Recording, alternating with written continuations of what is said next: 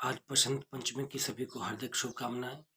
और एक तो आप पूजा विधि देखिए कि जैसे बसंत पंचमी हो या कोई जन्माष्टमी हो या कोई अन्य अष्टमी हो या कोई भी ऐसे त्योहार हुआ करें, तो हम उन पर पूजा करते हैं।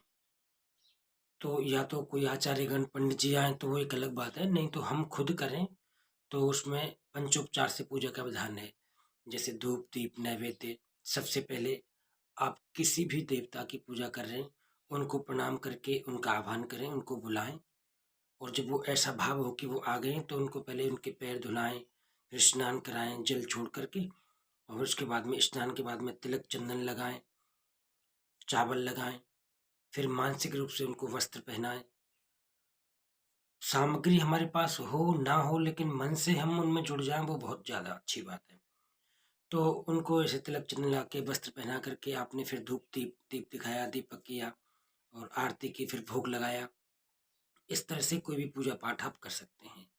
बसंत पंचमी पर विशेष उपाय आपके लिए ये था कि अधिकतर जिन बच्चों को देखा गया कि छोटे बच्चे हों, वो अभी अ, 3 साल के, 4-5 साल के, लेकिन उनको बोलने में यदि दिक्कत होती हो, तो ये बात दोनों जगह जुड़ती है। ये व्यक्ति की कुंडली में बुध खराब होता है, तब भी दिक्कत आ जाती है बच्चों के लिए। जैसे दूसरे भाव में बुध है और उसकी स्थितियाँ ठीक नहीं है, आदि-आदि। तो उस समय व्यक्ति को एक काम करना चाहिए कि बसंत पंचमी के दिन उसकी जीभ पर छोटी-सी चांदी की कटोरी लें।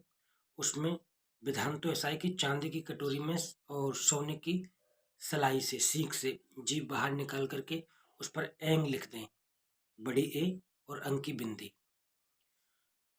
दूसरी बात, अगर हमारे पास सोने की सीख उपलब्ध नहीं है या हमारे पास चांदी की कटोरी नहीं है, तो आप साधारण कटोरी ले लीजिए स्टील की, और उस स्टील की कटोरी में आप जो कुसा होती है, कुसा, उसकी जड़ को निकालिए और जो उसके नीचे का होता है बिल्कुल पैना सा, उससे आप जीभ पर लिख सकते हैं। बोलने वाली समस्या हमेशा के लिए दूर हो जाएगी।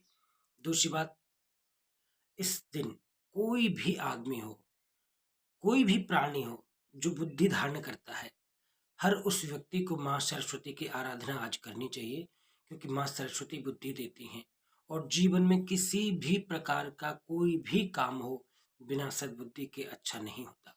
इसलिए आज हर किसी को, वृद्ध से लेकर बाल तक, सबको माँ सरस्वती की आभान स्तुति और वंदना करनी चाहिए।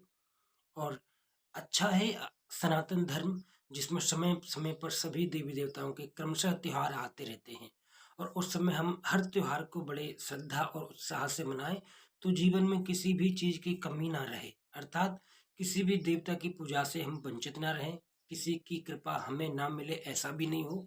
तो इसलिए आप सरस्वती का आह्वान करिए, माँ की पूजा